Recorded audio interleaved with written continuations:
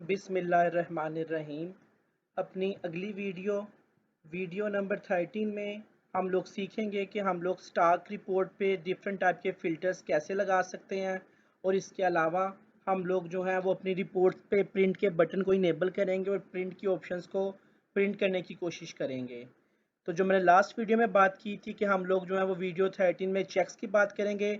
हम इस काम को वीडियो नंबर 14 और वीडियो नंबर 15 पे शिफ्ट कर रहे हैं। हम इनको अगली वीडियोस में कवर करेंगे, लेकिन उससे पहले वीडियो नंबर 13 में हम लोग जो हैं ईआरपी की वीडियो नंबर 13 में अपनी रिपोर्ट्स को फाइनलाइज करेंगे और उसके अलावा अपनी रिपोर्ट्स को फाइनलाइज करेंगे प्रिंट ऑप्शन को इनेबल करके। आपकी ये चारों रिपोर्ट्स जो है ये प्रिंट होंगी और प्रिंट व्यू उनका हम जो है वो उसको एक्टिव करेंगे। तो वीडियो नंबर 13 में हम अपनी चारों रिपोर्ट्स पे प्रिंट ऑप्शन को इनेबल कर रहे हैं, जबकि हमारी लास्ट वीडियो में पहली 3 रिपोर्ट्स पे हमने जो है वो फ़िल्टर्स लगा लिए थे, जबकि स्टॉक रिपोर्ट में अभी हमने जो है वो फ़िल्टर ऐड करना था। स्टॉक रिपोर्ट में 4 फ़िल्टर्स नहीं आने थे, बल्कि स्टॉक रिपोर्ट में फ्रॉम डेट के अलावा टिल डेट, कैटेगरी वाइज और प्राइवेट वाइज फ़िल्टर जो है वो हमने ऐड करने हैं। तो इस काम को स्टार्ट करते हैं हम लोग। जहाँ पे हमने लास्ट काम को ख़त्म किया था, हम इस काम को कुछ इस तरह से परफॉर्म कर रहे थे कि हम अपने सेल रिपोर्ट में से फ़िल्टर वाले टैग्स कॉपी कर लेंगे। यानी हमें ये टेबल कॉपी करना है जिसके अंदर हमने जो है वो 2 रोज़ बनाई थी। डेट फ्राम वाला इनपुट लगाया था, डे 2 वाला इनपुट लगाया था और 2 ड्रॉप डाउन लिस्ट लगाई थी, एक कैटेगरी की, एक प्रोडक्ट की। और जनरेट रिपोर्ट का बटन लगाया था और प्रिंट रिपोर्ट का बटन लगाया था। तो हम इस टेबल पूरे को, फ़िल्टर्स वाले टेबल पूरे को जो है कॉपी कर रहे हैं, बल्कि इस पे कौन सा एक्शन चलना है उस पोर्शन को भी कॉपी कर रहे हैं। जैसा कि हमने सेल रिपोर्ट में से इन चारों फिल्टर्स को परचेज रिपोर्ट में लगाया है, प्रॉफिट एंड लॉस रिपोर्ट में लगाया है, इसी तरह से हम ये चारों फिल्टर्स को कॉपी करते हुए इसको स्टॉक रिपोर्ट में भी लगाने की कोशिश करेंगे। तो मैं अपनी फोर्थ रिपोर्ट स्टॉक रिपोर्ट को ओपन करता हूँ और स्टॉक रिपोर्ट में जहाँ पे रिपोर्ट बनना शुरू होती है, कंप्लीट रिपोर्ट आती है, वहाँ पे मैं यहाँ पे फ़िल्टर्स ऐड कर दूंगा। 4 नए फ़िल्टर्स आ जाएंगे।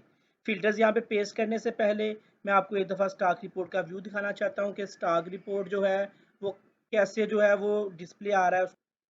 एडमिन को लॉगिन कर रहे हैं usama@gmail.com और पासवर्ड था 9211। हमने एडमिन को लॉगिन किया ताकि हम डिफरेंट रिपोर्ट्स को देख सकें।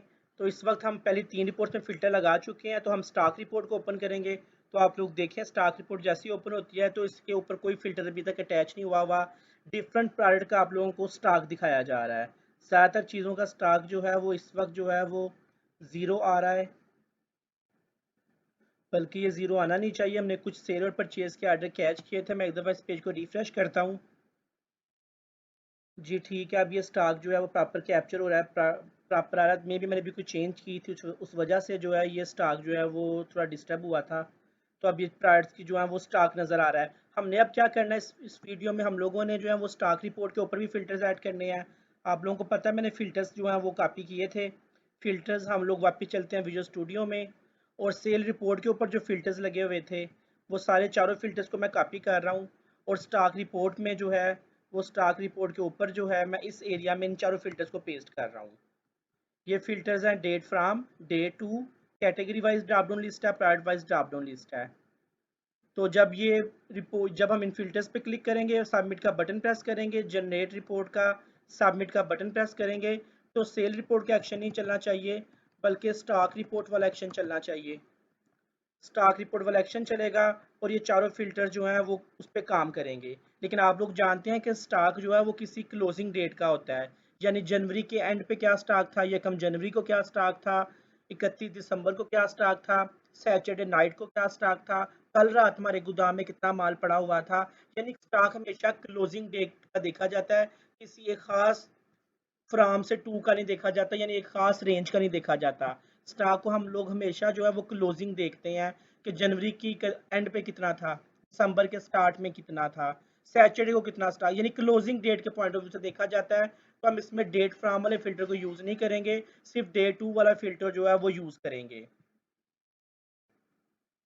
तो हम क्या करेंगे, हम डेट फ्राम वाले को जो है वो रीड ओनली कर देंगे कि ये काम ना करे। रीड ओनली खाली लिख दें, या रीड ओनली के अंदर जो है वो वैल्यू भी रीड ओनली सेट कर दें।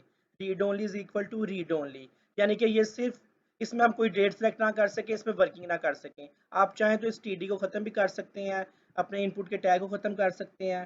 फिलहाल हमने लगा रहने दिया, लेकिन हमने इसकी वर्किंग डिसेबल कर दी है। मैं आप लोगों को आपकी स्टॉक रिपोर्ट एक दफ़ा फिर से दिखा रहा हूँ, बल्कि उससे पहले आपको उसके कंट्रोलर में भी काम कर लेना चाहिए। तो स्टॉक रिपोर्ट का कंट्रोलर जो है उसका नाम है स्टॉक रिपोर्ट, जो कि रिपोर्ट के एक्शन के अंदर रिपोर्ट के अंदर बना होगा। तो हम रिपोर्ट के कंट्रोलर्स में जा रहे हैं।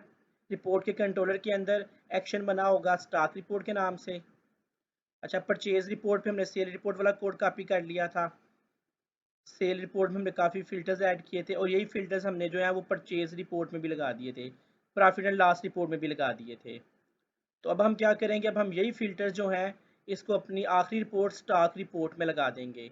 तो बेशक सेल रिपोर्ट वाले या परचेज रिपोर्ट वाले, ठीक है, सेल रिपोर्ट वाले फ़िल्टर जो हैं वो हम सारे कॉपी करके सेम एज इट इज़ सारा सेल रिपोर्ट का code, date from, date to, वैसे डेट फ्राम यूज़ नहीं होगा, कैटेगरी वाली ड्रॉप डाउन लिस्ट, प्रोडक्ट वाली ड्रॉप डाउन लिस्ट, ये सारा कोड हम जो है वो कॉपी करके, इवन लास्ट 2 लाइन्स भी कॉपी कर रहे हैं।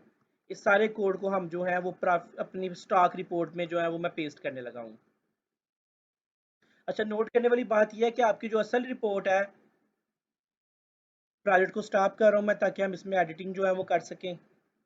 आपकी जो ये स्टॉक रिपोर्ट है इसमें हमने बेसिकली आर्डर्स नहीं दिखाने होते, सेल रिपोर्ट में भी आर्डर दिखाने थे, वो वाले आर्डर्स दिखाओ जिनकी टाइप सेल है। परचेज रिपोर्ट में भी आर्डर्स दिखाने थे जिनकी टाइप परचेज है। और प्रॉफिट एंड लॉस रिपोर्ट में भी आर्डर्स दिखाने थे, सेल वाले आर्डर की कितना प्रॉफिट कमाया है। लेकिन स्टॉक रिपोर्ट में हमने बेसिकली प्रोडक्ट्स दिखानी होती हैं, तो हमें इसमें कुछ चेंज करना होगा। तो चेंज क्या करना होगा कि हमें आखिरी 2 लाइन जो हैं वो ये वाली नहीं चाहिए, आखिरी 2 लाइन्स ख़त्म कर दें, क्योंकि हमने बेसिकली जो है वो प्रोडक्ट्स दिखानी है, कोई शक नहीं है, प्रोडक्ट्स दिखानी है। और ऊपर से अगर चलते हुए आएँ तो ये एफएम पे एरर आ रही है। एफएम का मतलब है कि हमने जो है इस रिपोर्ट में भी अब जो है वो मॉडल यूज़ करने हैं। तो आप लोगों को याद होगा कि हम लोगों ने फ़िल्टर मॉडल के नाम से एक मॉडल बनाया था जिसका नाम हम एफएम रख दिया करते थे। तो हमें सबसे पहले काम ये करना होगा कि फ़िल्टर मॉडल वाला जो है वो पैरामीटर पास करेंगे हम लोग। और डेट फ्राम तो यूज़ होनी ही नहीं स्टॉक रिपोर्ट में, तो डेट फ्राम वाले कोड को मैं यहाँ से ख़त्म कर रहा हूँ। डेट टू यूज़ होगी जैसे सेल और परचेज और प्रॉफिट एंड लॉस रिपोर्ट में यूज़ हुई थी। कैटेगरी भी वैसे यूज़ होंगी, प्राइस वाले फिल्टर्स भी वैसे ही यूज़ होंगे। इसके बाद जो है वो एंड पे आर्डर डिटेल पे वो काम करता है, आर्डर कौन से सिलेक्ट हो जाएं, अगर कैटेगरी सिलेक्ट हो तो फिर कौन से आर्डर आ जाएं, अगर कैटेगरी सिलेक्ट नहीं तो फिर कौन से आर्डर आ जाएं। तो एक्चुअली में आर्डर नहीं लाने, प्राइड्स लानी है। तो हम ये प्राइड्स पी वाली लाइन को मैं कट करके एंड से इधर पेस्ट कर रहा हूँ, इस लाइन को रिमूव करें। हमें आर्डर्स पिक नहीं करने एक्चुअली में, हमें तो प्रोडक्ट्स पिक करनी है। स्टॉक रिपोर्ट में बेसिकली प्रोडक्ट्स दिखाई जाती हैं, तो हमें प्रोडक्ट्स पिक करनी है। बाय डिफ़ॉल्ट कौन सी प्रोडक्ट्स, बाय डिफ़ॉल्ट सारी प्रोडक्ट्स पिक करनी है। और अगर कैटेगरी सिलेक्ट हुई हुई तो फिर कौन सी प्रोडक्ट्स पिक करनी है, तो फिर हम कह देंगे पी में तुमने वो वाली प्रोडक्ट्स पिक करनी है जिनकी कैटेगरी एफ आई डी ये होगी। और प्राइड का सिर्फ आईडी पिक नहीं करना, सॉरी उस कोड में तुमने प्राइड का आईडी पिक किया था, लेकिन यहाँ पे हमें पूरी प्राइड की डिटेल पिक करनी है, ठीक है। और अगर कैटेगरी के अंदर उसने कोई प्राइड भी सिलेक्ट की हुई तो फिर कौन सी प्राइड पिक करनी है, तो डेटाबेस में से प्राइड पिक करनी है, उस प्राइड आईडी वाली, ठीक है। लेकिन हमें प्राइड का सिर्फ आईडी पिक नहीं करना, प्राइड की सारी डिटेल पिक करनी है। दूसरी रिपोर्ट में जहाँ से हमने कोड कॉपी किया वहाँ पे हम सिर्फ सेलेक्ट करते थे प्राइड का आईडी, लेकिन यहाँ पे हम इसको रिमूव करेंगे। हम कहेंगे कि हमें प्राइड के टेबल में से सारी प्राइड्स ला दो और सारी प्राइड हमें व्यू करवा देना। लेकिन अगर कोई कैटेगरी सेलेक्ट हुई हुई तो तुम हमें प्राइड्स के टेबल से प्राइड ला के देना उस कैटेगरी वाली। लेकिन अगर कैटेगरी की बजाय प्राइड भी सिलेक्ट हुई हुई तो तुम हमें प्रोडक्ट के टेबल से उस खास प्रोडक्ट की इन्फॉर्मेशन को पिक करना। और इन्फॉर्मेशन भी तुमने सारी इन्फॉर्मेशन पूरी रो पिक करनी है, किसी एक प्रोडक्ट के सिर्फ आईडी को पिक नहीं करना। और जब तुम ये सारी इन्फॉर्मेशन पिक कर लोगे, आर्डर डिटेल वाला कोड लिखने की बिल्कुल जरूरत नहीं है हमें इसमें, तो मैंने आर्डर डिटेल वाला कोड जो है वो खत्म कर दिया है। इसमें हमारे फिल्टर काफ़ी सिंपल और ईजी लग रहा है। सिर्फ हमें प्राइड्स वो वाली पिक करनी है जिनको पेज पे दिखाने का हक बनता है, या तो वो सारी प्राइड्स होंगी प्राइड के टेबल में से, या फिर वो एक कैटेगरी की प्राइड्स होंगी, या फिर वो कोई एक प्रोडक्ट होगी। अगर उसने एक प्रोडक्ट देखना चाहता है तो वो वाली प्रोडक्ट पिक कर लेंगे, और ये प्रोडक्ट पिक करके हम पेज पे भेज देंगे। तो मेरे ख्याल से ये आपका जो है वो स्टॉक रिपोर्ट पे जो है ये फ़िल्टर जो है ये कंप्लीट हो गया है। एक तो हमने डेट फ्राम वाली ऑप्शन को ख़त्म कर दिया, यहाँ से डेट फ्राम स्टॉक रिपोर्ट में नहीं चाहिए होती, क्लोजिंग स्टॉक देखा जाता है हमेशा, तो डेट 2 का स्टॉक देखा जाएगा। इसके अलावा जो है वो हमने जो है वो आर्डर से कुछ नहीं पिक करना, हमने तो सिर्फ प्रोडक्ट पिक करनी है, मे भी कैटेगरी वाइज पिक करनी हो, या तो सारी प्रोडक्ट पिक करनी है, या किसी एक कैटेगरी की 4-5 प्रोडक्ट देखनी है, या मे भी कोई एक ही प्रोडक्ट देखनी हो। तो जो भी उसने प्रोडक्ट देखनी होगी सारी, या किसी एक कैटेगरी की, या सिर्फ एक प्रोडक्ट, तो वो हम पेज पे भेज देंगे और पेज उसको व्यू करवा देगा। इस कोड को चला के चेक करते हैं कि क्या ये प्रॉपर वर्किंग कर रहा है, और इसमें कोई मिस्टेक या कोई कमी है तो उसको हम जो है वो एडजस्ट कर लेते हैं। तो मैं आपकी स्टॉक रिपोर्ट को रन कर रहा हूँ डायरेक्ट।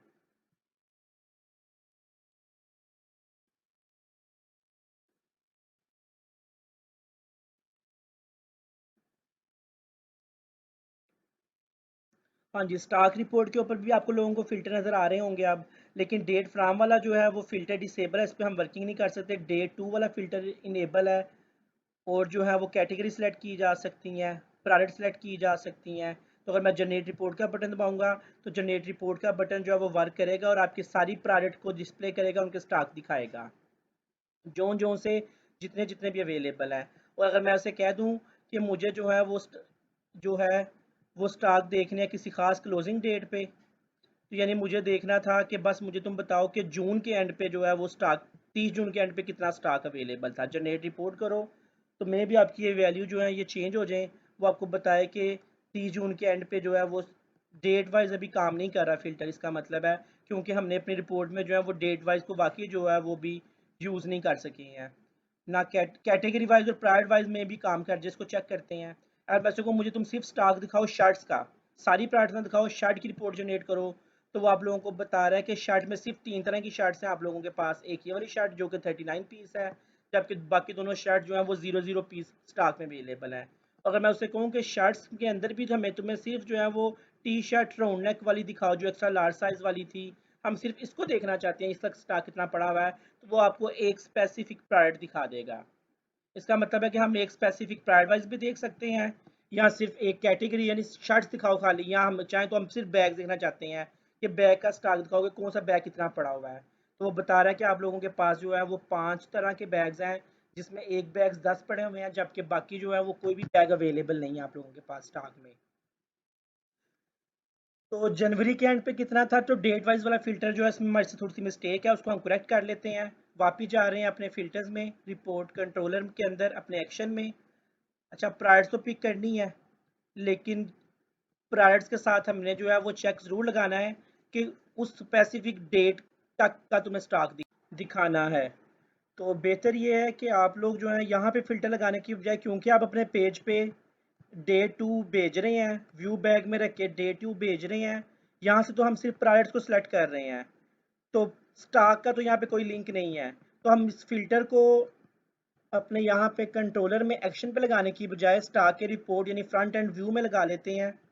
फ्रंट एंड व्यू में हम सारी इन्फॉर्मेशन को पिक करते हैं, प्राइड का नाम दिखा देते हैं, उसकी परचेज सेल प्राइस दिखा देते हैं, प्राइड की पिक्चर दिखा देते हैं, और वो प्रोडक्ट दिखा देते हैं कि वो प्रोडक्ट आर्डर डिटेल के टेबल में इस वक्त कितनी पड़ी है, यानी कितनी परचेज हुई है, कितनी सेल हुई है, स्टॉक कितना पड़ा हुआ है।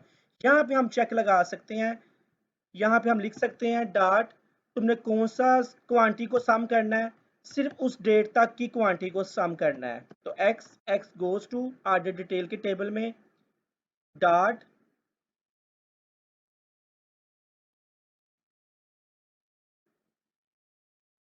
आर्डर डिटेल के टेबल में पहले चले जाएं दोबारा से, आर्डर डिटेल के टेबल बल्कि ओपन है, डॉट, यहाँ पे ऑप्शन आ जाएगी, बल्कि आर्डर के टेबल में डेट होगी, डॉट। तो आर्डर डिटेल के टेबल से आप आर्डर के टेबल में आए, क्योंकि कॉलम जो है वो डेट वाला जो है वो आर्डर डिटेल के टेबल में नहीं है। देखिए आर्डर डिटेल के टेबल में नहीं है, बल्कि आर्डर के मेन टेबल के अंदर है कॉलम। तो हमें जो है वो आर्डर डिटेल के अंदर से होते हुए वापस आर्डर वाले टेबल में आना पड़ेगा, ताकि हम आर्डर डेट वाला जो है वो चेक लगा सकें। तो प्रोडक्ट के अंदर आर्डर डिटेल में गए, प्रोडक्ट के अंदर आर्डर डिटेल में गए ताकि हम क्वांटिटी को सम कर सकें, लेकिन अब सारी क्वांटिटी को सम नहीं करना, बल्कि खास डेट तक की क्वांटिटी को सम करना है। तो हम जो है वापस आर्डर वाले टेबल में आए, आर्डर डिटेल से आर्डर वाले टेबल में डॉट, आर्डर डेट कम होनी चाहिए या इक्वल होगी, व्यू बैग में आप लोगों के पास इंफॉर्मेशन आई हुई है। व्यू बैग का नाम है डे टू वाले व्यू बैग में जो है वो इंफॉर्मेशन आई हुई है। तो जहां तक आप लोग देखना चाहते हैं मे बी 30 जून तक या 30 जुलाई तक, तो हमें सारी प्रायोरिटी की क्वांटिटी को सम करवाना है, लेकिन 30 जून तक या 30 जून से पहले पहले तक। तो आर्डर में से वो वाले आर्डर पिक करने हैं जिनकी डेट जो है वो 30 जून से छोटी हो, यानी 30 जून से पहले पहले हो, या ठीक है 30 जून तक हो जाए, या जिस वक्त तक आप देखना चाहते हैं वहां तक हो जाए। ये चेक कर लें आप लोग, आपके व्यू बैग में जो आप भेज रहे हैं फिल्टर, उसका नाम डे 2 है। जो आप लोग जो है अपने कंट्रोलर से भेज रहे हैं जी, उसका नाम डे 2 ही है। fm.viewbag.day2 है। अच्छा, यहाँ पे एक एरर आ सकती है। डे 2 जो है वो नॉर्मली जब व्यू बैग के अंदर इंफॉर्मेशन आएगी ये स्ट्रिंग होगी, और इसको कन्वर्ट करते हुए वो कहेगा मैं मैच नहीं करूँगा ऑर्डर डेट को। तो मैं चाहूँ तो हम इसको यहाँ पे कन्वर्ट का फंक्शन लगा देते हैं, convert dot to day time. अपने ये जो व्यू बैग में इंफॉर्मेशन आ रही है, डेट आ रही है, इसको आप लोग जो हैं वो डे टाइम में कन्वर्ट कर लें।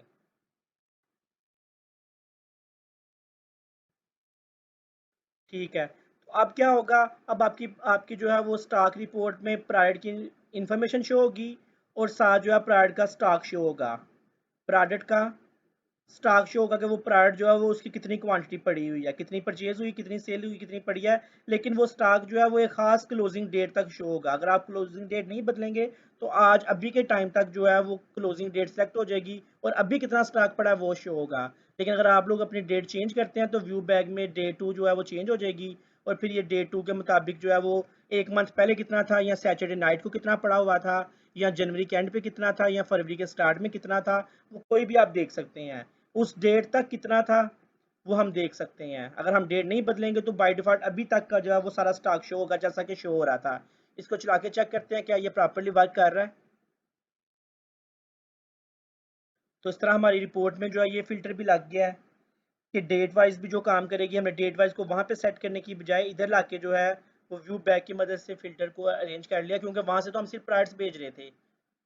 स्टॉक तो हमने यहाँ पे व्यू में मैनेज किया है कि कौन सी चीज़ का कितना स्टॉक पड़ा हुआ है।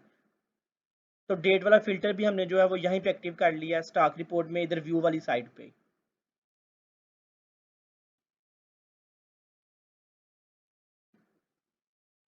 हाँ जी, हम लोग देखना चाहते हैं सिर्फ सारे, अभी तो सारी प्रोडक्ट्स आ गई हैं वैसे। मैं सिर्फ बैग्स में इंटरेस्टेड हूँ कि शर्ट्स बताएं, शर्ट्स की रिपोर्ट जनरेट करें।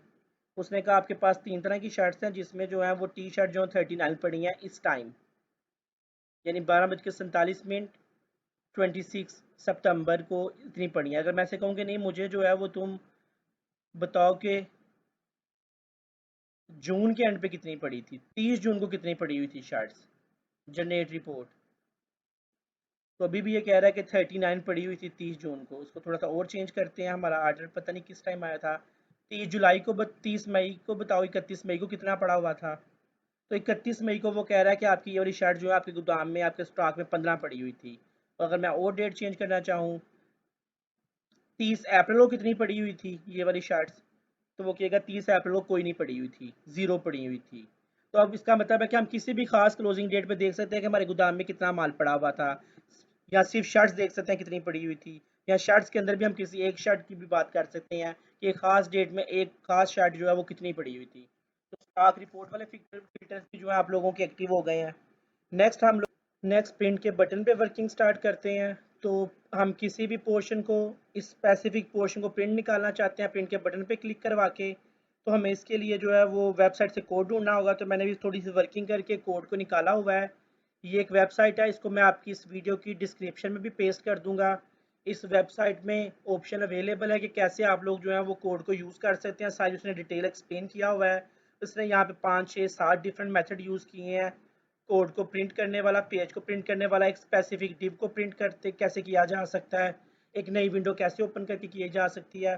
तो मैंने ये कोड भी कुछ कॉपी कर लिया आप लोगों के लिए। इसको भी मैं आप लोगों की वेबसाइट का लिंक भी और ये कोड भी जो है ये मैं आप लोगों की इस वीडियो की डिस्क्रिप्शन में पेस्ट कर दूंगा। तो ये स्क्रिप्ट कोड है।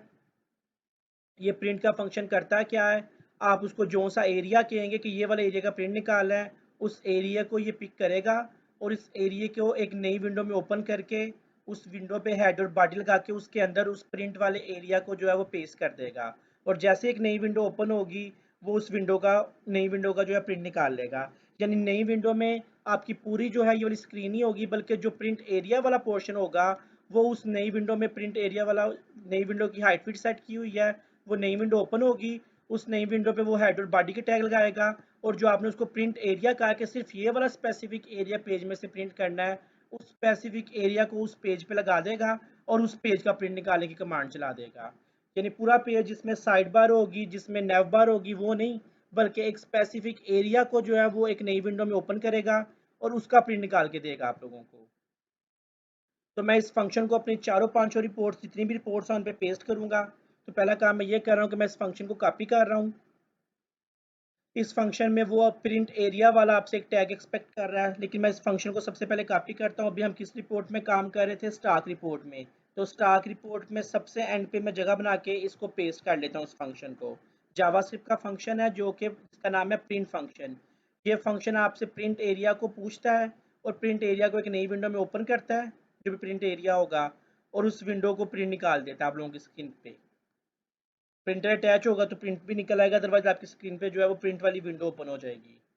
अच्छा, इसके लिए वो चाहता है कि आप लोग जो है वो पेज पे एक कोई ऐसा टैग बनाएं जिसका आईडी हो प्रिंट एरिया के नाम से।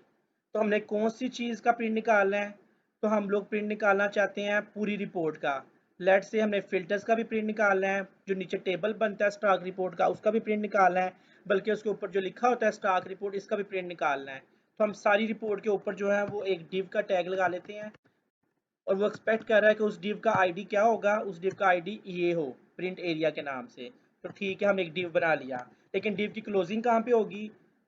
ऊपर लिखा होगा स्टॉक रिपोर्ट, उसके बाद फिल्टर्स चार नजर आएंगे, और उसके बाद जो है वो स्टॉक की रिपोर्ट नजर आएगी, उसके बाद डिव को क्लोज कर रहे हैं। हम उससे चाहते हैं कि ये वाला सारा हमारा प्रिंट एरिया है, इस एरिया का तुमने प्रिंट निकालना है। तो प्रिंट एरिया को वो पिक करेगा नई विंडो में और उसका प्रिंट निकाल देगा। इसको चेक करते हैं क्या ये काम कर रहा है। इसके लिए ज़रूरी है कि आपको फंक्शन कॉल करना होगा। किस बटन पे ये फंक्शन कॉल करना है? जावास्क्रिप्ट का ये वाला फंक्शन, इसका नाम है प्रिंट फंक्शन, इसको कॉल करना होगा। तो हम अपने पेज पे जाते हैं, फिल्टर्स में जाते हैं। फिल्टर्स में आप लोगों को याद है एक जनरेट रिपोर्ट का बटन था, और दूसरा बटन हमने जो दूसरी रो में लगाया था वो था प्रिंट रिपोर्ट का। तो प्रिंट रिपोर्ट के बटन के अंदर हम जो है वो ऑन क्लिक इवेंट कॉल करेंगे कि जैसे इस बटन पे क्लिक हो तो जावास्क्रिप्ट का ये वाला फंक्शन चल जाए। रिटर्न करना है तुमने, रिटर्न करना है ये वाला फंक्शन जो मैंने कॉपी किया है, सेमी कॉलन। तो ये वाला फंक्शन चल जाए। तो जैसे ही, अच्छा इस बटन की टाइप वैसे सबमिट ना करें तो बेहतर है, क्योंकि सबमिट से तो आप लोग जो है वो कौन सा एक्शन चलवा रहे हैं?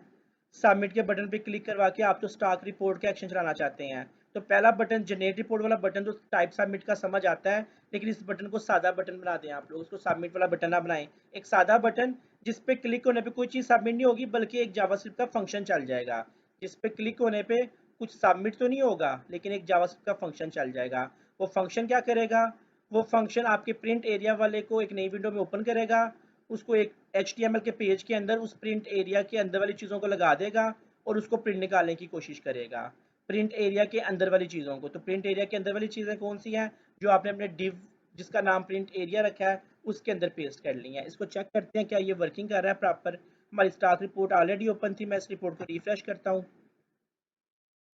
ठीक है, ये आपके सामने आ गई है, और मैं जो है वो सिर्फ शर्ट्स को देखना चाहता हूँ। जनरेट किया तो 3 तरह की शर्ट्स आ गई हैं, एक 39 पीस है, बाकी 00 है। अगर मैं अब प्रिंट रिपोर्ट का बटन प्रेस करता हूँ तो देखिए आपने उसने ख़ास एरिया को जो है वो प्रिंट वाली विंडो में ओपन किया है, और उसको जो है वो प्रिंट निकालने के लिए तैयार है।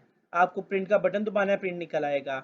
तो ये देखिए उसने इस रिपोर्ट में क्या दिखाया है। उसने इस रिपोर्ट के ऊपर लिखा हुआ है स्टॉक रिपोर्ट, और साथ उसने लिखा हुआ है डेट फ्राम, चारों फिल्टर दिखाए हुए हैं, और साथ एक टेबल है जिस टेबल के अंदर आपकी 3 प्राइड्स आ रही हैं, टी शर्ट, दूसरी टी शर्ट और ब्लैक टी शर्ट। एक 39 पीस है, जबकि बाकी जो है, यानी जो पोर्शन हम चाह रहे थे उसने वो वाला पोर्शन जो है वो यहाँ पे जो है वो प्रिंट निकालने की कोशिश की है। इसे कैंसिल कर रहे हैं। अगर चाहें तो आप अपने इस रिपोर्ट का जो है वो PDF भी बना सकते थे। ये उसने एक नई विंडो ओपन की थी जिसको प्रिंट निकालने की कोशिश कर रहा था। हमें फिलहाल ये विंडो भी बंद करनी है क्योंकि हमारी रिपोर्ट ये है। तो उसने हमारी रिपोर्ट में से ये ऊपर लिखा हुआ है एडमिन डैशबोर्ड, उसके ऊपर जो है नेव बार है, इधर साइड पे साइड बार है, ये सारा पोर्शन ही प्रिंट निकालने की कोशिश की। उसने यहाँ से लेके नीचे यहाँ तक का पोर्शन जो है, यानी जो div के अंदर आ रहा था, उस पोर्शन को प्रिंट आउट निकालने की कोशिश की है। जैसे ही प्रिंट रिपोर्ट का बटन दबाया तो खास पोर्शन जो एक नई विंडो पे ओपन हुआ, और वो नई विंडो जो है वो प्रिंट के लिए जो है ओपन हो गई है। ये देखें आप लोगों के सामने है। अच्छा, इसमें थोड़ी सी जो एक बेहतरी और की जा सकती है, वो ये की जा सकती है कि इसमें, अच्छा एक क्वेश्चन ये भी बनता है कि सर इसमें ये बट ऊपर फिल्टर्स क्यों आ रहे हैं, फिल्टर नहीं आने चाहिए। तो फिल्टर्स बेहतर होते हैं लगाना, क्योंकि ये फिल्टर्स ये बता रहे हैं कि ये जो रिपोर्ट प्रिंट निकाली गई है, ये सिर्फ शर्ट कैटेगरी की निकाली गई है। ये देखें लिखा हुआ है, सिर्फ शर्ट्स की रिपोर्ट निकली है ये। हो सकता है कि और इस डेट की रिपोर्ट निकली है, तो हो सकता है आपने फिल्टर्स में डेट कोई चेंज की हो, तो ऊपर ये रेफरेंस के तौर पे रहने चाहिए कि किस डेट की रिपोर्ट है, और जो है वो क्या सिर्फ शर्ट देखी जा रही थी या कोई स्पेसिफिक और प्राइड देखी जा रही थी। हाँ, थोड़ा इशू जो है वो दो बटन्स का, ये दो बटन्स बेशक यहाँ से आप रिमूव कर दें, ये दो बटन्स नज़र नहीं आने चाहिए। जनरेट रिपोर्ट का बटन और प्रिंट रिपोर्ट का बटन नज़र नहीं आना चाहिए। ये फिल्टर नज़र आना चाहिए ताकि पता चले कि क्लोजिंग डेट क्या थी, और सिर्फ शार्ट्स देखी जा रही थी या कुछ और देखने की कोशिश की जा रही थी। फिल्टर्स नज़र आने चाहिए, लेकिन दो बटन अजीब लग रहे हैं रिपोर्ट में, तो इन दो बटन को विजिबल फॉल्स करवा लें। इसको भी हम जावास्क्रिप्ट के फंक्शन में ऐड कर सकते हैं। जावास्क्रिप्ट के फंक्शन में हम ऐड कर सकते हैं, पहले अपने दो बटन्स को कोई आईडी दे दें। दो बटन्स को कोई आईडी दे दें, यानी एक जनरेट रिपोर्ट का बटन है, उसको आप आईडी दे दें, लेट से बटन 1, और दूसरा बटन है, इसको भी कोई आईडी दे दें, बटन 2।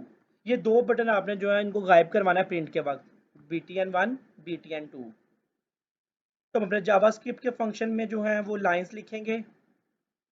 एक जो उसने लाइन लिखी हुई थी प्रिंट एरिया वाले डिव को पकड़ने के लिए, हमने उसी लाइन को दो दफ़ा और लिखा, और हमने कह दिया कि तुमने जो है वो btn1 को कैच करो जिसका आईडी btn1 हो, और एलिमेंट कैच करना है जिसका आईडी हो बटन 2। एक को बटन 1 कह दो, दूसरे को बटन 2 कह दें, बटन 2 कह दें। तो इसके बाद हम क्या लिखेंगे, हम लोग लिखेंगे button 1 dot style dot display. Button 1 का स्टाइल चेंज करना है, इसका हमने डिस्प्ले जो है वो गायब कर देना है, डिस्प्ले कर दो नन, हमें नज़र नहीं आना चाहिए वाला बटन। इसी तरह से बटन 2 भी हमें जो है वो नज़र नहीं आना चाहिए, button 2 dot style dot display none, ये दोनों बटन नज़र ना आए। या आप चाहो तो इसको डॉक्यूमेंट को जहाँ पे आपने बटन को फाइंड किया वहीं पे साथ लिख लेते, dot style dot display none हो जाए, लेकिन हमने पहले दोनों बटन को पकड़ा है, बटन 1 बटन 2 के नाम से, डॉक्यूमेंट में सर्च किया है उनके आईडी के नाम से, और उसको B1 और B2 को डिस्प्ले को जो है वो ऑफ कर दिया है। फिर प्रिंट वाली विंडो खुलेगी, उसमें प्रिंट एरिया को जो है वो एक HTML पेज में लगाया जाएगा और वो प्रिंट निकल आएगा। प्रिंट निकल आने के बाद जो है आपके ये बटन दोबारा नज़र आने चाहिए, ऐसा ना हो कि आपके पेज से बटन जो है ये गायब हो गए हों। तो मैं इन दोनों बटन को जो है वो वापस जो है वो डिस्प्ले करूँगा उनके ब्लॉक लेवल पे लाके। तो ये दो लाइन्स मैं दोबारा लिख रहा हूँ, बटन 1 और बटन 2 को जो है वो दोबारा डिस्प्ले करना है उसकी ओरिजिनल हालत पे। तो डिस्प्ले टाइप है वापस जो है वो ब्लॉक सेट कर दूंगा, यानी तुमने पेज से बटन को गायब करना है और फिर उस विंडो को प्रिंट निकालने के लिए ओपन कर देना है। लेकिन जब प्रिंट का काम खत्म होगा, तुम सारी काम से फ्री हो गए, तुमने वापस वो बटन जो है वो अपनी ओरिजिनल हालत में शो करवा देने हैं। देखते हैं क्या ये वर्किंग कर रहा है हमारे लिए। तो मैं इस पेज को एक दफ़ा फिर रिफ्रेश कर रहा हूँ आप लोगों के लिए, और मैंने प्रिंट का बटन दबाया। जैसे ही प्रिंट का बटन दबाया तो उसने एक विंडो ओपन किया है, और उस विंडो में जो है उसने प्रिंट व्यू आप लोगों के लिए ओपन कर दिया, ये देखें। और आपके इस प्रिंट व्यू में जो है वो बटन नज़र नहीं आ रहे हैं, क्योंकि जो विंडो ओपन हुई थी उस विंडो में बटन्स नहीं थे, लेकिन पेज पे बटन वापस शो हो रहे हैं। देखिए मैंने जैसे इस पर क्लिक किया तो जो विंडो ओपन हुई थी उसमें ये बटन्स नहीं थे, यानी अगर मैं प्रिंट वाले व्यू को कैंसिल करूं तो ये देखिए जो विंडो ओपन हुई थी प्रिंट होने के लिए, इसमें यहाँ से दोनों बटन रिमूव है। लेकिन जैसे हम इस विंडो को क्लोज करेंगे तो जो आपकी असल विंडो है उस पर दोनों बटन नज़र आ रहे हैं, क्योंकि अगर आप बटन को वापस शो ना करते, वापस से दो लाइन ना लिखते, तो वो बटन आपके परमानेंटली गायब हो जाने थे जब तक आप पेज को रिफ्रेश नहीं करते। तो आपका ये बिल्कुल सही काम कर रहा है, आपका प्रिंट का कोड जो है वो ठीक काम कर रहा है, आपकी विंडो पे जो है वो प्रिंट निकल रहा है। अब हमें क्या करना होगा, हमें ये वाला कोड जो है बाकी चारों रिपोर्ट्स पे, बाकी तीनों रिपोर्ट्स को भी कॉपी करना होगा। तो मैं स्क्रिप्ट वाला एक्शन, स्क्रिप्ट जो आवास्क्रिप्ट का फंक्शन जो है, इसको मैं बाकी रिपोर्ट्स में भी लेके जा रहा हूँ। अगर मैंने इसको स्टॉक रिपोर्ट पर लगाया तो मैं इसको सेल रिपोर्ट के नीचे भी पेस्ट करने लगा हूँ। सेल रिपोर्ट के एंड पे भी ये एक्शन पेस्ट कर दिया, और ये एक्शन मैं प्रॉफिट परचेज रिपोर्ट के एंड पे भी पेस्ट कर रहा हूँ, ये सेम एक्शन परचेज रिपोर्ट के एंड पे भी पेस्ट कर दिया। इसी तरह से प्रॉफिट एंड लॉस रिपोर्ट के एंड पे भी मैं इस एक्शन को पेस्ट कर रहा हूँ, इस फंक्शन को सॉरी पेस्ट कर रहा हूँ। इसके अलावा एक इनवाइस वाली रिपोर्ट थी, इनवाइस ओपन होती थी, इनवाइस के एंड पे भी मैं इसको पेस्ट कर रहा हूँ। देखते हैं कि इनवाइस के एंड पे काम करता है कि नहीं। इनवाइस के एंड पे भी मैंने ये फंक्शन जावास्क्रिप्ट का जो है वो पेस्ट कर दिया। अच्छा, इनवाइस वाली रिपोर्ट में हमारे बटन्स नहीं है, तो बटन्स वाला काम तो हम ख़त्म कर देते हैं वैसे ही। इनवाइस वाले कोड में से बटन्स कौन से नहीं है ये मैं आपको दिखा देता हूँ अभी। प्रिंट एरिया होगा बस इसमें। ठीक है, हमने बाकी एक रिपोर्ट से बाकी चारों रिपोर्ट में भी जो है ये जो है जावास्क्रिप्ट का फंक्शन जो है उसको पेस्ट कर लिया है। और क्या क्या कॉपी करना है आप लोगों ने, इन सब पेजेस के ऊपर अब आप लोगों को जो है वो प्रिंट एरिया मेंशन करना है। प्रिंट एरिया कौन सा है, तो डिव का टैग लगा लें। तो डिव का टैग, इसका आईडी क्या होना चाहिए, जिसका आईडी होना चाहिए प्रिंट एरिया। ये वाला टैग मैंने बना लिया, ये वाला टैग मैं जो है वो हर जगह पे यूज़ कर लूँगा। यहाँ से यहाँ तक डिव लगा दिया। और ये वाला डिव जो है मैं बाकी चारों रिपोर्ट्स में, बाकी इनवाइस के अलावा प्रॉफिट एंड लॉस रिपोर्ट में भी ये टैग लगा रहा हूँ। यहाँ से लेके सेंटर वाला टैग भी प्रिंट होना है, फिल्टर्स भी प्रिंट होने हैं, नीचे टेबल भी प्रिंट हो रहा है, और यहाँ तक डिव का टैग बना दिया। परचेज रिपोर्ट में भी मैं ये वाला डिव का टैग लगा रहा हूँ प्रिंट एरिया के नाम से। यहाँ से शुरू होगा फिल्टर्स वाला टेबल और रिपोर्ट जो है वो सारा कुछ यहाँ तक जो है। सॉरी, डिव का क्लोजिंग टैग बनाना है यहाँ पे, डिव का क्लोजिंग टैग। सेल रिपोर्ट में भी हम जो है इस टैग को पेस्ट कर देंगे। यहाँ से प्रिंट होना शुरू हो, फिल्टर्स भी प्रिंट हो, टेबल भी प्रिंट हो, और यहाँ पे एंड पे आके डिव का टैग जो है वो क्लोज हो जाए। इनवाइस में भी हमने क्लोज कर दिया डिव का tag. Profit and loss report में डिव का टैग जो है वो ठीक से क्लोज नहीं कर सके थे, उसको मैं क्लोज कर रहा हूँ। परचेज रिपोर्ट में भी ठीक से क्लोज कर दिया। सेल रिपोर्ट में भी प्रिंट एरिया जो है वो काम कर रहा है, और स्टॉक रिपोर्ट में भी जो है वो हमने इस टैग को बना दिया है। ठीक है, अब हमने बटन पे एक्शन चलाना है, तो हम जो है वो स्टॉक रिपोर्ट के अलावा इनवाइस रिपोर्ट में वापस आते हैं। इनवाइस रिपोर्ट पे कोई बटन ही नहीं है, तो प्रिंट कैसे निकलेगा। इनवाइस रिपोर्ट को फिलहाल छोड़ देते हैं। Next profit and loss report पे देखते हैं। प्रॉफिट एंड लॉस रिपोर्ट पे फिल्टर्स लगे हुए हैं। प्रॉफिट एंड लॉस रिपोर्ट में फिल्टर्स लगे हुए हैं, दोनों बटन्स भी हैं। तो यहाँ पे आप लोगों को काम करना होगा, पहले बटन को कह लें, आईडी दे दें, तुम BTN1 हो, और दूसरे बटन को कह दें तुम BTN2 हो, ताकि दोनों बटन डिसेबल हो जाएं। जबकि दूसरे बटन पे क्लिक करने पे हमने एक्शन चलाना था, ऑन क्लिक, रिटर्न, एक्शन का नाम था, वो जो भी एक्शन था वो हम चला लेंगे। एक्शन देख लेते हैं कौन सा था। जावास्क्रिप्ट का एक्शन था प्रिंट फंक्शन के नाम से। तो बटन के अंदर ऑन क्लिक पे कौन सा फंक्शन चल जाए, ये वाला चल जाए, प्रिंट फंक्शन। बल्कि हम इस बटन को ही बटन 2 को पूरे को कॉपी कर लेते हैं, बटन 2 के बाकी सारी रिपोर्ट्स में कॉपी पेस्ट कर देते हैं। प्रॉफिट एंड लॉस रिपोर्ट से भी बटन 2 को पिक किया, इसको हम जो है वो परचेज और सेल रिपोर्ट में भी बटन 2 को रिप्लेस कर देते हैं। बटन 2 जो है वो कैसा होना चाहिए, बटन 2 को हम ये लाइन रिप्लेस कर देते हैं। बस बटन 1 का नाम जो है वो बटन 1 रखते हैं।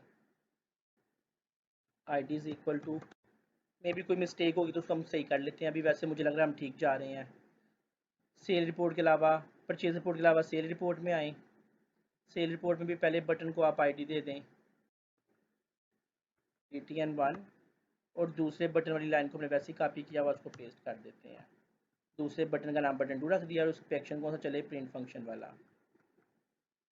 स्टॉक रिपोर्ट में ऑलरेडी लगा हुआ था, हम चारों तीनों रिपोर्ट को चेक कर लेते हैं क्या तीनों रिपोर्ट जो है उसका प्रिंट व्यू चल रहा है।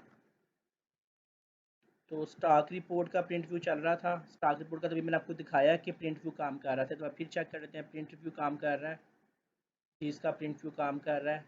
आपकी सारी चीज़ों का जो है वो स्टॉक आपको नज़र आ जाएगा।